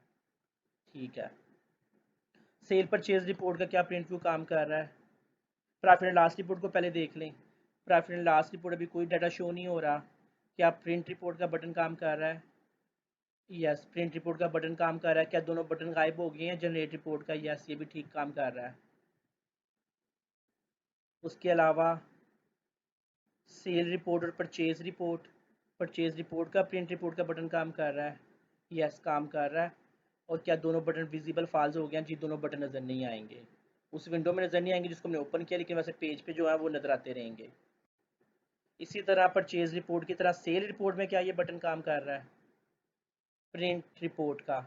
यस, इसमें भी काम कर रहा है। तो तीनों में ये हमने बटन जो है वो बहुत तेज़ी से लगा लिया है, और तीनों में दो बटन हमने विजिबल फाल्स भी करवा लिए हैं, हाइड भी करवा लिए हैं।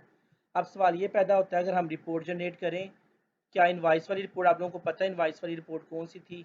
अगर मैं सारे आर्डर देखना चाहूँ, जनरेट रिपोर्ट करूँगा, और मैं किसी एक रिपोर्ट की इनवाइस देखना चाहूँ, तो यहाँ इनवाइस को भी प्रिंट करने की ऑप्शन होनी चाहिए।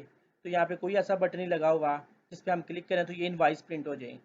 तो मैं इस इनवाइस के नीचे यहाँ पे एक बटन लगा देता हूँ प्रिंट का, ताकि हम उस पर क्लिक करके जो है वो इनवाइस भी प्रिंट निकाल सकें। भी सबसे ज़्यादा इंपॉर्टेंट इनवाइस वाला पेज है जिसमें बटन प्रिंट वाला होना चाहिए, जो कि एक्चुअली में नहीं था। तो बाकी चारों रिपोर्ट्स पे लग गया बटन। इनवाइस वाले के अंदर क्योंकि हमारे दो बटन नहीं है, इसलिए मैंने यहाँ से कोड इसलिए ख़त्म कर दिया था, लेकिन इसमें अलबत्ता एक बटन ज़रूर लगना है इनवाइस वाली रिपोर्ट में। जब इनवाइस जनरेट होती है, डीप के बेशक बाहर लगा लें यहाँ पे। बटन कौन सा जो मैंने कॉपी किया हुआ था, इनपुट टाइप बटन, यानी बटन 2 समझ लें आप इसको। बटन 2, जिस पे क्लिक होने पे क्या होगा, प्रिंट फंक्शन चल जाएगा। तो मैंने जो बटन हमने हर जगह लगाया था इस पर भी लगा दिया। इसको मैं प्रिंट रिपोर्ट तो नहीं कहूँगा, प्रिंट इनवाइस कहूँगा। और ये बटन जो है ना, ये आपकी इस डिव से बाहर है, यानी ये डिव के अंदर वो वाला एरिया जिसमें प्रिंट होना है। तो ये बटन को मैं हाइड करने की जरूरत नहीं है, इस बटन को। तो इस बटन को बेशक आईडी भी ना दें, इस बटन को हाइड करने की जरूरत नहीं है, क्योंकि ये बटन आपके प्रिंट एरिया से बाहर है। ये अंदर वाली चीज़ें सारे ने प्रिंट होना है। इसको चेक करते हैं क्या ये काम कर रहा है। क्योंकि ये बटन बाहर है और दो बटन नहीं है, तो इसलिए मैंने वो दो बटन को हाइड करने वाला कोड यहाँ से मिटा दिया हुआ इनवाइस में से। चेक करते हैं क्या ये काम कर रहा है। अब इस इनवाइस वाले पेज को रिफ्रेश कर रहा हूँ। जी, इनवाइस वाले पेज के नीचे प्रिंट इनवाइस का बटन आ गया है। तो आप लोगों को पता है कि हमने हमने जब जैसे इस बटन को दबाएंगे तो ये ऑर्डर इन्फॉर्मेशन, ये सारी डिटेल और नीचे प्रोडक्ट की डिटेल प्रिंट होगी, जबकि यहाँ तक चीज़ें प्रिंट होंगी। उसके बाद प्रिंट इनवाइस वाला बटन प्रिंट होने की कोशिश नहीं करेगा, इसको हाइड करने की ज़रूरत नहीं है। तो ये देखें कौन सा पोर्शन जो है वो प्रिंट होने की कोशिश कर रहा है। तो ये आपकी रिपोर्ट है जो प्रिंट होने की कोशिश कर रही है। आर्डर इन्फॉर्मेशन, ज़िशान की तरफ से आर्डर आया था, डिटेल आ गई, और उस आर्डर में ज़िशान ने दो चीज़ें मांगी थी।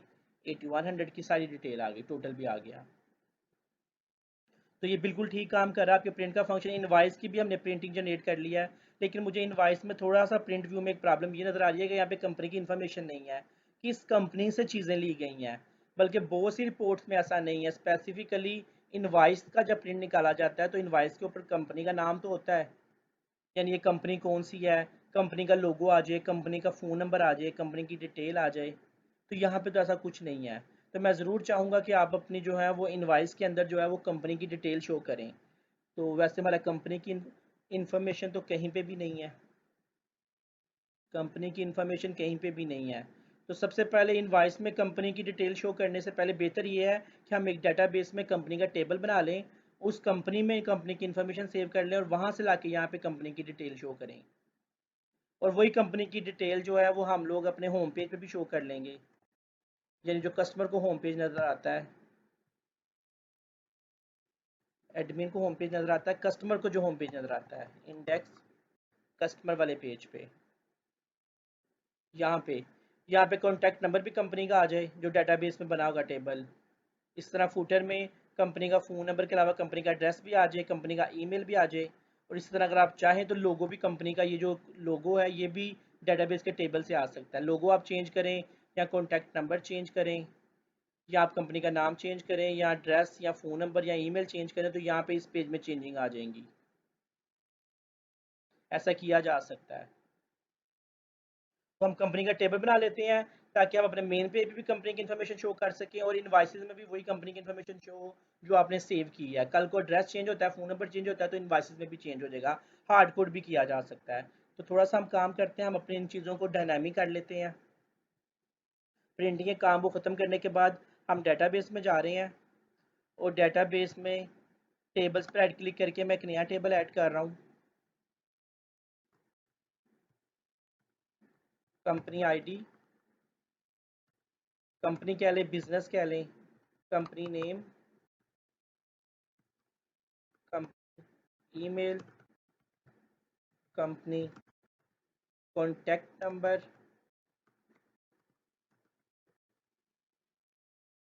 Company address. अगर आप लोग चाहें तो कंपनी की पिक, लोगो ले सकते हैं, लोगो, या कंपनी के जो भी आपको अदर इन्फॉर्मेशन चाहिए वो आप यहाँ से पिक कर सकते हैं। कंपनी का आईडी इंटीजर होना चाहिए, कंपनी का नेम एन वार चार, कंपनी की ईमेल एन वार चार, कॉन्टैक्ट नंबर एन वार चार, एड्रेस थोड़ा बड़ा हो सकता है कंपनी का, तो एड्रेस 200 कर लें बेशक। कंपनी का लोगो में लोगो की पिक्चर का पास सेव होना है तो इसको 200 कर लें। तो कंपनी की डिटेल आ गई।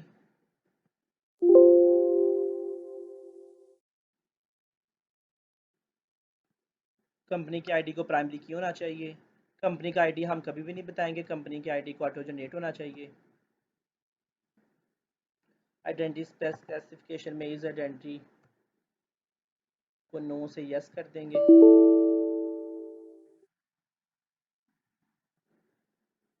टेबल को सेव कर दें। Do you want to save this table? Yes. इसका नाम हम रख देते हैं कंपनी।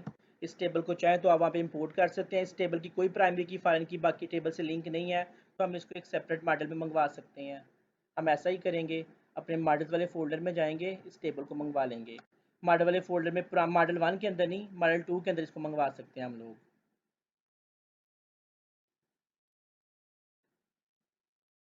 न्यू आइटम करूँगा मॉडल के अंदर,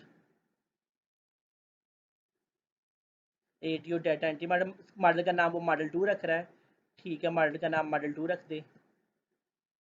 मॉडल 1 में हमारे 5 टेबल इंपोर्ट हुए हैं, मॉडल 2 जो है वो उसमें आ जाइए अकेला टेबल, इसका लिंक ही नहीं किसी टेबल से, ये अकेले भी ये मंगवाया जा सकता है। Model 2 next. कह रहा है मॉडल 2 में आप लोगों ने कौन कौन से टेबल मंगवाने हैं, तो सारे भी मंगवाए जा सकते हैं वैसे मॉडल 2 में भी, लेकिन हम उससे कहते हैं बस तुम कंपनी का टेबल ला दो मॉडल 2 में। फिनिश। बाकी हमने मॉडल 1 को डिस्टर्ब नहीं किया, उसके अंदर के टेबल भी आपस में लिंक थे, उनको भी डिस्टर्ब नहीं किया। मॉडल 2 के अंदर एक आपका अलहदा टेबल जो है वो इंपोर्ट कर लिया हम लोगों ने, क्योंकि आपकी डेटाबेस में एक नया मॉडल आ गया है, उसके अंदर एक टेबल भी एग्जिस्ट करता है। टेबल का नाम है कंपनी। तो हम एक दफ़ा अपने प्रोडक्ट को जो है वो कंपाइल कर लेते हैं, बिल्ड कर लेते हैं, ताकि एरर फ्री हो जाइए। आप लोग चाहें तो आप लोग जो है कंपनी की इंफॉर्मेशन को एडिट वगैरह करने के लिए जो है वो आप इसका कंट्रोलर और व्यू भी बना सकते हैं। तो मुझे क्या करना होगा,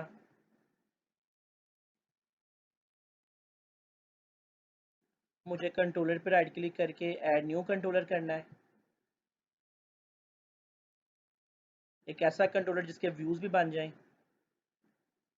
तो ये कंट्रोलर मॉडल 1 में से तुम्हें नहीं मिलेगा, मॉडल 2 में से मिलेगा। मॉडल 2 के अंदर हमारा एक टेबल है जिसका नाम है कंपनी, इसका तुम्हें मैं व्यू जनरेट कर दो।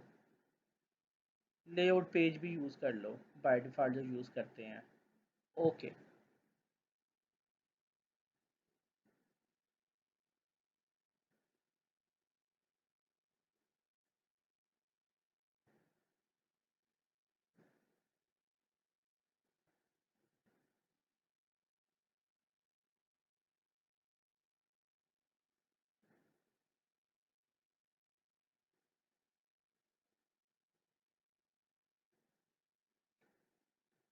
ठीक है, कंपनी का कंट्रोलर बन गया, उसके एक्शन, उसके जो है वो व्यूज़ भी बन गए हैं, इंडेक्स वाला व्यू भी बन गया है। तो आप चाहें तो आप कंपनीज का जो है इसको आप अपने एडमिन साइड पे जो है वो लगा सकते हैं, इसके नेव बार पे, साइड बार पे। तो मैं लेआउट एडमिन पे जाऊंगा, उसकी साइड बार देखूंगा, उसकी साइड बार में क्या क्या लगा हुआ है। उसकी साइड बार पे जहाँ पे एडमिन का लिंक आता है, नए एडमिन अकाउंट बनाए जा सकते हैं, वहाँ पे आप जो है वो एक और लिंक ऐड कर दें, मैनेज कंपनी डिटेल और कौन सा पेज ओपन हो जाएगा, इंडेक्स पेज ओपन हो जाएगा कंपनीज का।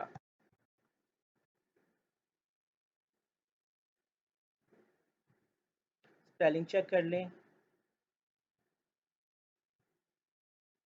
कंपनीज का।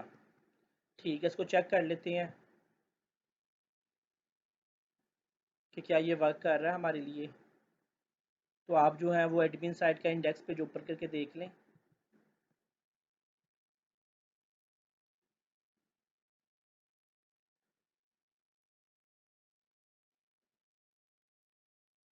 क्योंकि इसकी कोई भी प्राइमरी की फाइल की किसी दूसरे टेबल से लिंक नहीं थी, हमने इसलिए इसको सेपरेट मॉडल में मंगवाया है। अगर आपके टेबल्स आपस में लिंक हों तो हमें फिर वो जो है वो मॉडल को दोबारा री इम्पोर्ट करना पड़ना था सारे मॉडल्स को। क्योंकि ये इंडिपेंडेंट टेबल था तो इंडिपेंडेंट टेबल हम जब भी ज़रूरत पड़ सकती है हम बना सकते हैं। एक तीसरा मॉडल भी मंगवा सकते हैं, उसमें एक नया टेबल भी लेके आया जा सकता है। तो मैं चाह रहा हूँ कि हमारी कंपनी की जो भी डिटेल है वो हम एक दफ़ा एंटर कर लें, वो हर जगह पे शो हो जाए, एडमिन साइड पे भी, कस्टमर साइड पे भी, और हमारी इनवाइस के ऊपर भी जो कंपनी का लोगो आना है, कंपनी का नाम आना है, कंपनी का फ़ोन नंबर आना है। तो ये देखें मैनेज कंपनी डिटेल आ गई, इस पर क्लिक किया तो वो कह रहा है कि आप लोग कंपनी की डिटेल जो है वो एंटर कर रहे हैं।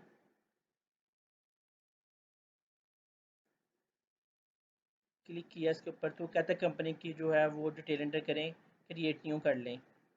वैसे क्रिएट न्यू की ऑप्शन ना दें, एक कंपनी ऐड करवा दें आप लोग अपने कस्टमर को। ठीक है, हम इसको सारी ऑप्शन दे के रखते हैं। कंपनी का नेम है दिवेश शॉप, कंपनी का ईमेल एड्रेस है दिवे शॉप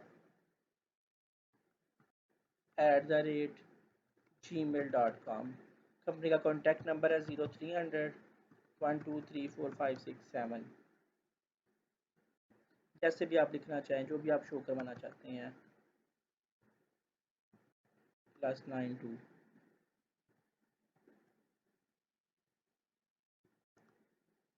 कंपनी का एड्रेस है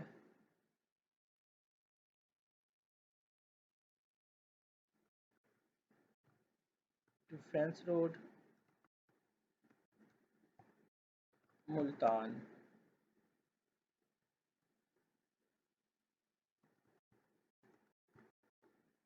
shop 22, defence road, Multan. Company का लोगो। अच्छा, लोगो के लिए मसला ये है कि हम लोगो की तो इमेज अपलोड करेंगे, तो आप लोग जानते हैं कि आपने इमेज कैसे अपलोड करनी है। कंपनी का लोगो भी जो है वो डेटाबेस से लाया जा सकता है। क्रिएट कर रहा हूँ मैं, तो कंपनी की इन्फॉर्मेशन जो है वो डेटाबेस में स्टोर हो गई है। लोगो वाला काम मैं दोबारा रिपीट नहीं कर रहा, लेकिन आप चाहें तो आप लोग जो है वो जैसे प्रायड की आपने पिक्चर अपलोड की थी, आप लोग चाहें तो कंपनी का लोगो भी अपलोड कर सकते हैं। तो ये मैंने वीडियो पास करके ये लोगो वाला काम कर दिया है। ये लोगों की पिक्चर अपलोड हो सकती है, एडिट हो सकती है, मैनेज हो सकता है। कंपनी की डिटेल मैंने ऐड किया, सर लोगों का मैंने एडिट वाला काम मैनेज कर दिया है। लोगो जो है वो उसकी भी पिक्चर, जिस तरह प्राइड की पिक्चर अपलोड होती थी, लोगों की पिक्चर भी अपलोड की जा सकती है। अब हमने करना क्या है कि हम ये इन्फॉर्मेशन इनवाइस पे शो करेंगे। ना सिर्फ इनवाइस पे शो करेंगे बल्कि हम इस इन्फॉर्मेशन को कस्टमर साइड पे भी जो है वो ला के शो कर सकते हैं। कहाँ कहाँ शो कर सकते हैं हम, जो है वो लोगो जो है वो डेटाबेस से लेके आएंगे। इसके अलावा कॉन्टैक्ट नंबर डेटाबेस से लेके आएंगे, और फुटर में जो है वो कॉन्टैक्ट नंबर, ईमेल और एड्रेस भी जो है वो डेटाबेस से लेके आएंगे। तो डेटाबेस में इंफॉर्मेशन सेव है, हम इसको अपने इस पेज पे लगा लेते हैं। ये जो है हमारा कस्टमर साइट का जो है लेआउट पेज था जिस पे हमें सेटिंग करनी होगी। तो हम अपने कस्टमर साइट के लेआउट पेज पे जा रहे हैं, लेआउट कस्टमर। और लेआउट कस्टमर में जो है, क्योंकि लेआउट पेज का कोई कंट्रोलर नहीं होता, तो हमें जो है वो डेटाबेस को बगैर कंट्रोलर के भी एक्सेस कर सकते हैं। यानी हम व्यू के ऊपर ही डेटाबेस को एक्सेस कर सकते हैं। कैसे? कंट्रोलर के थ्रू करते रहे अभी तक हम, लेकिन हम यहाँ पे ऊपर लिख सकते हैं अपने लेआउट पेज के ऊपर ही @यूजिंग प्रोजेक्ट का नाम तवेश आप के मॉडल्स यूज़ करने हैं। और हमने कौन सा मॉडल यूज़ करना है वो यहाँ पे लिखा जा सकता है। हमें इस वक्त जो है वो मॉडल 1 नहीं, मॉडल 2 यूज़ करना है। मॉडल 2 को तुम डेटाबेस समझ लो, डेटाबेस है हमारी मॉडल 2 के अंदर, is equal to new model 2 का ऑब्जेक्ट क्रिएट कर दो। तो हमने जो है वो डायरेक्ट ही डेटाबेस को एक्सेस कर लिया अपने व्यू के अंदर। व्यू ऐसा जिसका कंट्रोलर नहीं था, यानी लेआउट पेज के ऊपर एक्सेस कर लिया है। तो लेआउट पेज के अंदर आप मॉडल 2 को, जिसका नाम हमने जो है वो डेटाबेस है, उसको एक्सेस कर लिया है। तो अब हम उसे कह सकते हैं, कहीं पे भी हम चीज़ों को यूज़ कर सकते हैं। फॉर एग्जांपल, कॉन्टैक्ट नंबर कहाँ पे लिखा हुआ है उसने, पहले हम उसको चेंज करते हैं। ये कॉन्टैक्ट नंबर है, तो हम इस कॉन्टैक्ट नंबर को अब डेटाबेस से लेके आना चाहते हैं, तो हम यहाँ पे लिखेंगे डेटाबेस, सॉरी @ के साथ डेटाबेस डॉट, डेटाबेस के अंदर एक ही टेबल है कंपनीज का, कंपनीज डॉट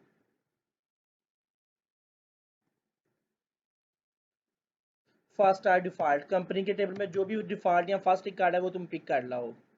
लेकिन कंपनी के अंदर से सारा रिकॉर्ड पिक नहीं करना, बल्कि तुमने सिर्फ क्या सिलेक्ट करना है, तुमने एक ख़ास कॉलम सेलेक्ट करना है। हमें यहाँ पे कॉन्टैक्ट नंबर पे कौन सा कॉलम दिखाना है, तो कंपनी के टेबल को हम एक्स कह रहे हैं, एंड एक्स गोज़ टू, सिर्फ तुमने कंपनी का कॉन्टैक्ट इन्फॉर्मेशन पिक कर लेनी है। तो डेटाबेस के टेबल में से, डेटाबेस में कंपनीज के टेबल में से सिलेक्ट कर लो कंपनी का कॉन्टैक्ट नंबर, और वो जो तुम्हें फर्स्ट या जो भी डिफ़ॉल्ट रिकॉर्ड मिलता है वो पहले नंबर का या फर्स्ट डिफ़ॉल्ट रिकॉर्ड पिक करके ले आओ, और कंपनी का कॉन्टैक्ट इन्फॉर्मेशन दिखा दो कॉन्टैक्ट नंबर पे। इसके अलावा कॉन्टैक्ट नंबर के अलावा अगर हम एंड पे जाएं, सॉरी बल्कि एंड पे जाने से पहले हम लोगो भी चेंज कर सकते हैं। कंपनी का लोगो कहाँ लगा हुआ था, आपके लेआउट पेज पे कंपनी का लोगो,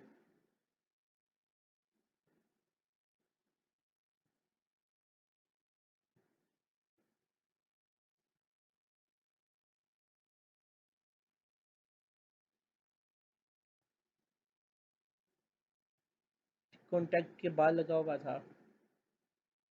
ये आ गया आप लोगों की लोगों की इमेज, आपके ब्रांड का नाम आ रहा था, लोगों की इमेज आ रही थी। तो हम यहाँ पे भी इससे कह देंगे कि तुमने इमेज कौन सी लगानी है, इमेज का सोर्स कौन सा लगाना है,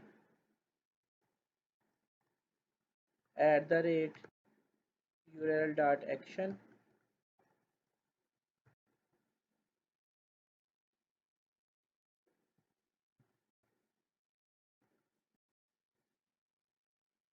और यहाँ पे हम इसके बीच में लिख देंगे कि तुमने डेटाबेस में कंपनीज के टेबल में जाके क्या सिलेक्ट करना है, डाट सिलेक्ट करना है, कंपनी के लोगों की डिटेल। और ज़्यादा रिकॉर्ड भी हो सकते हैं, लेकिन तुमने जो है वो डाट फर्स्ट या डिफ़ॉल्ट जो तुम्हें एक रिकॉर्ड मिलेगा वो पिक करना है। हो गया, कंपनी का लोगो भी आ जाएगा डेटाबेस से। इसके अलावा अगर हम फूटर पे जाएं, इसी लेआउट पेज के कस्टमर साइट के लेआउट पेज के फूटर पे जाएं, तो हमें ऑल राइट्स आर 2000 से एप्लीकेशन बनी है, the way shop design by मैं अपना नाम लिखता हूँ, ज़ीशान अरशद। अच्छा, इसके ऊपर थोड़े से ऊपर आएंगे तो हमें यहाँ पे ईमेल लिखने की, फ़ोन नंबर की और एड्रेस की ऑप्शन आएगी। तो ईमेल पे कौन सा ईमेल आना चाहिए, उसने फिक्स ईमेल लिखा हुआ है, तो मैं यहाँ पे पेस्ट करूँगा @database dot companies dot select कर दो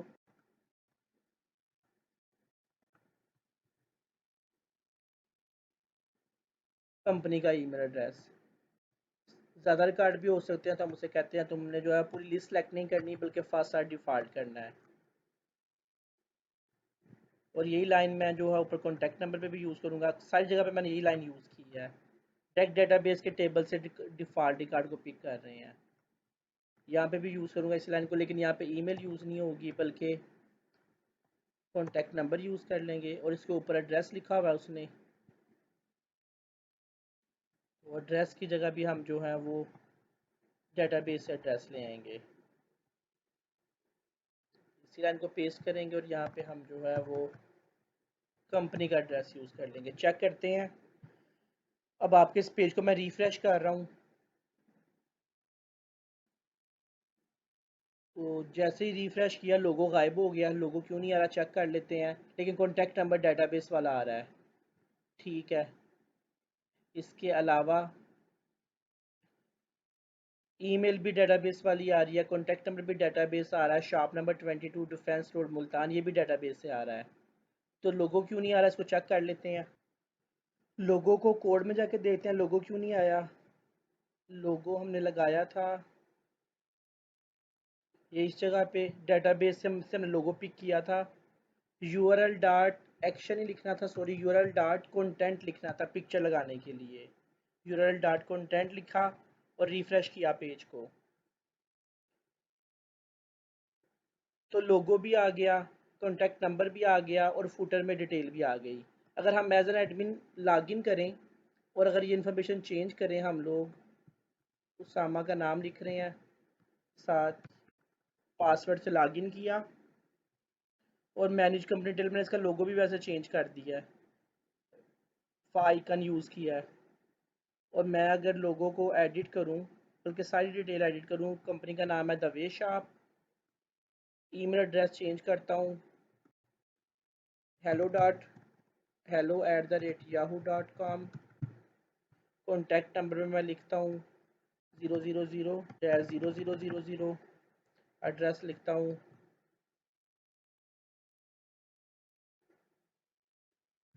no address, no address, no address, और पिक्चर भी चेंज कर देता हूँ। लोगो द वे शॉप वाले की बजाय मैं जो है वो एक कोको कोला वाला लोगो लगा देता हूँ और इसको सेव करता हूँ। तो मैंने कंपनी की डिटेल चेंज कर दी।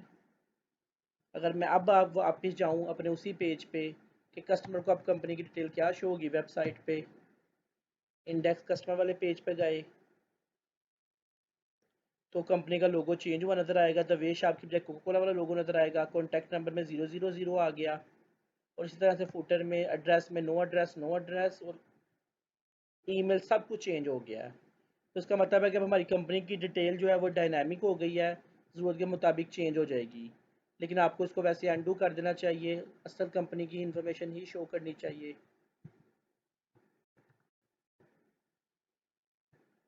कंपनी की इंफॉर्मेशन को दोबारा मैं एडिट कर रहा हूँ, फाइल चूज़ करके लोगो मैं दोबारा द वे शॉप वाला लगा रहा हूँ, ईमेल एड्रेस जो है वो मैं द वे शॉप वाला लिख रहा हूँ, फ़ोन नंबर भी मैं द वे शॉप वालों का ही लिख रहा हूँ और एड्रेस में भी जो है वो इन्हीं का एड्रेस लिख के मैं इस इंफॉर्मेशन को जो है वो सेव करवा रहा हूँ ताकि इन्फॉर्मेशन चेंज हो जाए। मेन काम हम क्या कर रहे थे, मेन काम हमारा ये था कि हम लोगों ने इनवाइस रिपोर्ट जो ओपन करते हैं, जो सेल या परचेज़ के अंदर शो होती है आप लोगों को इनवाइस, उस पे जो है वो डायनामिक करना था डाटा को। आर्डर थोड़े पुराने थे आप लोगों के। जनरेट रिपोर्ट किया, किसी एक इनवाइस को व्यू करें तो इनवाइस में जो डाटा शो हो रहा है, इस डाटा के ऊपर मैं चाह रहा था कि यहाँ पे कंपनी की डिटेल शो हो जाती, कंपनी का एड्रेस वगैरह आ जाता। तो ऑर्डर इन्फॉर्मेशन से ऊपर हम जो यहाँ कंपनी का लोगो शो कर देते हैं और कंपनी की बाकी डिटेल शो कर देते हैं इनवाइस वाले पेज पे। तो मुझे क्या करना होगा, इन रिपोर्ट के अंदर इनवाइस वाला पेज ओपन करना होगा। इसके कंट्रोलर में भी काम किया जा सकता है लेकिन हम डायरेक्ट भी यूज़ कर सकते हैं। हमें कैसे डायरेक्ट डाटाबेस को एक्सेस करना है, हम ऊपर लिखेंगे using the way shop project के मॉडल्स को यूज़ करना है और हम कौन सा मॉडल यूज़ कर सकते हैं।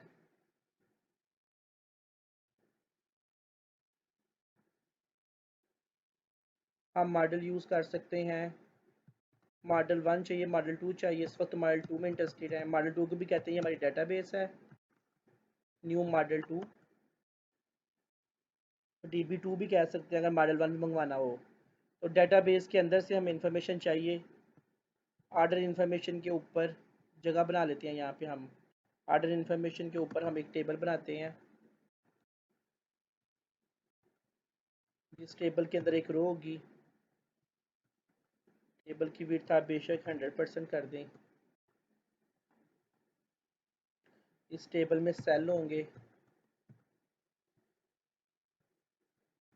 जिनकी विड्थ जो है वो 30, इसको हम 33% कर देते हैं बल्कि।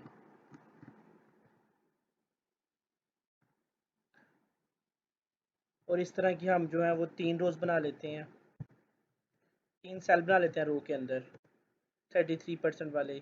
पहले सेल में क्या शो करवा लेते हैं, पहले सेल में हम इमेज का टैग लगा लेते हैं, इमेज का टैग जिसकी हाइट होगी 180 पिक्सल्स, जिसकी हाइट होगी 80 पिक्सल्स और जिसकी विड्थ होगी 180 पिक्सल्स। अच्छा, मेन काम ये है कि इस इमेज का आपने सोर्स बताना है कि ये इमेज कहाँ से आएगी। तो सोर्स बताएंगे url डॉट कंटेंट के साथ, url का यू बढ़ाना था, डॉट कंटेंट के साथ। और कहाँ से कंटेंट्स आने हैं, डेटाबेस डॉट कंपनीज के टेबल के अंदर से डॉट सिलेक्ट करना है आप लोगों ने कंपनी का लोगो। तो उम्मीद है कि पिक्चर लग जाएगी। वो कहता है कि लोगो सेलेक्ट करना है, तो ज़्यादा रिकॉर्ड आगे हम कहते हैं फर्स्ट या डिफ़ॉल्ट रिकॉर्ड पिक करना है। ठीक है, ये उसने अडॉप्ट कर लिया। इस तरह पहली रो की तरह हम जो है वो 3 रोज़ बना लेते हैं, और डाटा भी दिखाना है बल्कि 4 रोज़ बना लेते हैं। पेस्ट करने के बजाय मैं एक दूसरी रो बना रहा हूँ जिसके अंदर भी 3 सेल होंगे, 1 2 3। और इस तरह से मैं जो है वो टोटल 3 रोज़ बना रहा हूँ इस टेबल में, जिसकी विड्थ 100% है। दूसरी रो के आखिरी सेल में मैं क्या शो करने लगा हूँ, डेटाबेस डॉट कंपनीज के टेबल से डॉट सेलेक्ट कर दो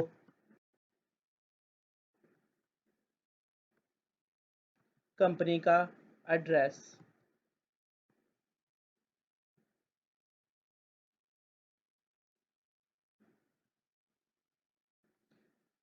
पहली रो के तीसरे सेल में जो है वो कंपनी का एड्रेस, कंपनी का जो है वो ईमेल दिखा दो।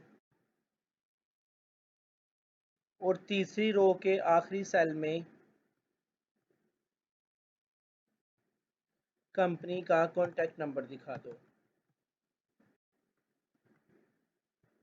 तो उसको मैं अरेंज कर रहा हूँ थोड़ा सा। पहली रो में जो है वो, दूसरी रो में भी 3 सेल हैं, तीसरी रो में भी 3 सेल हैं, अगर आप लोग देख सकते हो।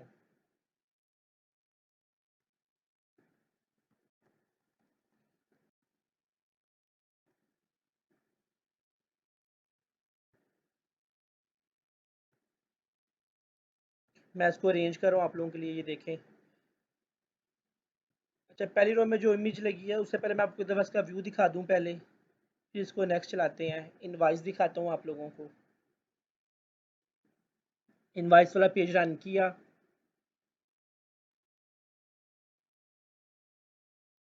हम बेसिकली इनवाइस के ऊपर कंपनी की डिटेल को शो कराना चाहते हैं। उससे पहले फिर हमने बेटर ये समझा कि कंपनी की डिटेल डाटाबेस से ले आते हैं एक नया टेबल बना के। उस कंपनी की डिटेल को हमने कस्टमर के होम पेज पे भी शो कर दिया है।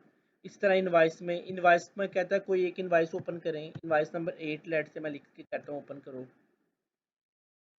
इनवाइस आईडी पास कर दिया, क्योंकि इनवाइस जो है बगैर आईडी के चल नहीं सकता इनवाइस का एक्शन।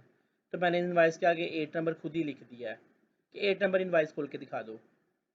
अभी नॉर्मली हम 8 नंबर इनवाइस पे ही कोई व्यू कर रहे थे।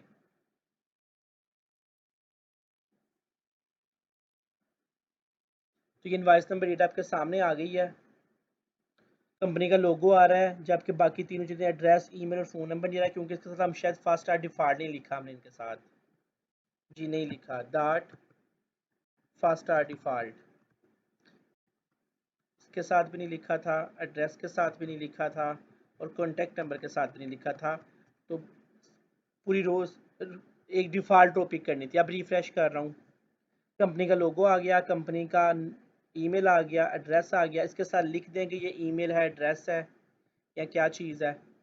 तो मैं यहाँ पे एक बोल्ड का टैग बना रहा हूँ और इसके अंदर लिख रहा हूँ कि ये कंपनी का ईमेल है। इसी तरह से ये बोल्ड का टैग जो है, इसको मैं दूसरी रो में भी लेके जा रहा हूँ और मैं बता रहा हूँ कि ये कंपनी का एड्रेस है। और इसी तरह से इस बोल्ड के टैग को मैं तीसरी रो में भी लेके जा रहा हूँ, और जहाँ पे मैं बता रहा हूँ कि ये कंपनी की कॉन्टैक्ट डिटेल है। रिफ्रेश कर रहा हूँ आपकी इनवाइस को, जिसके ऊपर डेटाबेस से इंफॉर्मेशन आ गई है, email, address, contact number, the way shop company का लोगो है। इस इस वे शॉप वाले लोगो को थोड़ा सा अरेंज कर लेते हैं। पहली रो का पहला सेल जो है वो 3 रो तक फैल जाए, रो स्पैन 3 हो जाए। पहली रो का पहला सेल 3 रो तक फैल जाएगा तो दूसरी रो में पहले सेल की ज़रूरत नहीं है, तीसरी रो में भी पहले सेल की ज़रूरत नहीं है। इसको चेक करते हैं, क्योंकि पहली रो का पहला सेल ही जो है वो 3 रोज तक चला जाएगा। तो ये देखिए आपका डाटा रेंज हो गया। टेबल में 3 रोज हैं, पहली रो का पहला सेल ही 3 रोज तक गया हुआ है, जबकि दूसरी रो, तीसरी रो और पहली रो का दूसरा दूसरा सेल फ्री है। जबकि पहली रो, दूसरी रो और तीसरी रो का तीसरे तीसरे सेल पे मैंने ये इन्फॉर्मेशन लगा दी है, इनका तीसरा तीसरा सेल फ्री है। जबकि पहले सेल में जो है वो इन्फॉर्मेशन, अगर आप चाहें तो एक दफ़ा थोड़ी देर के लिए बॉर्डर देख सकते हैं, आपको आइडिया हो जाएगा कि टेबल किस तरह से बना हुआ है। वैसे बॉर्डर इवेंचुअली हम ख़त्म कर देंगे, ये चाहिए नहीं हमें, लेकिन अंडरस्टैंडिंग के लिए आपको ये आइडिया हो जाएगा कि आपके डाटाबेस में कैसे एडजस्टमेंट, कैसे अपने हमने टेबल को एडजस्ट किया है। पहली रो में एक ही सेल है जिसको 3 रोज तक फैला दिया, दूसरी रो में भी सेल है जिस पे कुछ नहीं लिखा, और तीसरी, पहली दूसरी तीसरी रो में भी एक एक सेल है। इस तरह से स्ट्रक्चर है ये। अलबत्ता मैं टेबल का बॉर्डर फिलहाल रिमूव कर रहा हूँ। तो अब हमारी जो है वो, आप देख रहे हैं कि आपकी इनवाइस में ये इन्फॉर्मेशन डायनामिक है। अगर आप अपनी कंपनी का लोगो चेंज करें, या कंपनी का ईमेल एड्रेस चेंज करें, या एड्रेस चेंज करें, या phone number contact number change करें, तो ये आपकी इनवाइस में चेंज आएगा। अगर मैं इसी ऑर्डर इन्फॉर्मेशन को प्रिंट आउट करना चाहूँ, तो आप लोग ये देखेंगे कि आपकी जो है वो प्रिंटिंग वाले पेज पे ऊपर कंपनी का लोगो और कंपनी की डिटेल आ रही है, और ऑर्डर इन्फॉर्मेशन में जो है पर्सन की डिटेल और बाकी इन्फॉर्मेशन भी आ रही है। तो ये प्रॉपर जो है वो ठीक तरह से इनवाइस जो है वो डिस्प्ले हो रही है। आपका टेबल जो है वो थोड़ा क्लैप्स है, चलें कोई बात नहीं है, ये एडजस्टेड है। तो हमने जो है वो इस वीडियो में सीखा है, वीडियो नंबर 13 ईआरपी में, कि हम अपनी रिपोर्ट्स को फाइनलाइज करने के बाद उस पर उसको प्रिंट के लिए कैसे इनेबल कर सकते हैं, और प्रिंट व्यू में हमने कंपनी की डिटेल भी डाटाबेस से लाके डिस्प्ले कर दी है। अपनी अगली वीडियोस में हमने बहुत से चेक्स लगाने हैं, वीडियो नंबर 14 और 15 में, जो कि ये काम हम बाकी चीज़ों का काम जो है वो रिलेटेड हम नेक्स्ट वीडियो में करेंगे। अच्छा, इस वीडियो की डिस्क्रिप्शन में मैं आप लोगों को जो है वो कुछ इंपॉर्टेंट कोड, जो कि आपका प्रिंट से रिलेटेड है, जो वेबसाइट जहाँ से मैंने प्रिंट का कोड लिया है, और इस तरह की अदर इन्फॉर्मेशन जो है वो भी मैं अटैच कर दूँगा।